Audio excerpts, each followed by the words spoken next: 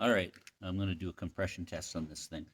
I found a bent push rod, so I replaced that, adjusted the valves while I was at it, put the valve cover back on.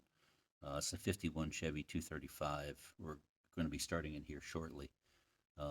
But I figure since I got all the plugs out, I may as well do a compression test. So here we go. So cylinder number one.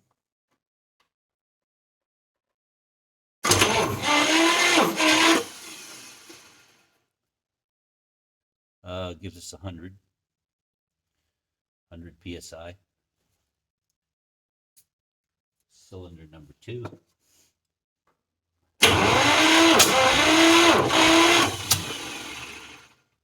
gives us 120.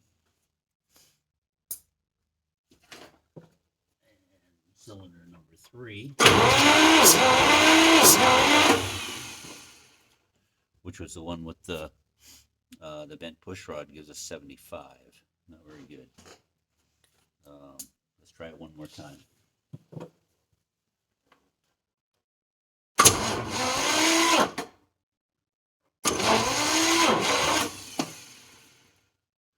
Gives us 80 this time. Still not very good. So that could be a problem cylinder. And let's see, number four.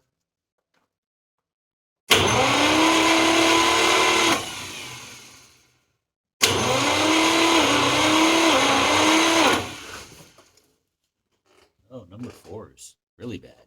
Number four gives us about 40 psi. So there's something going on there.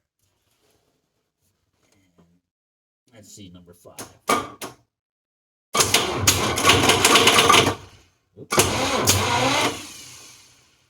Number five is pretty good at 100.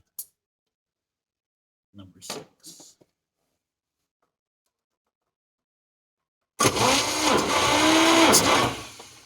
All right, number six gives us 100.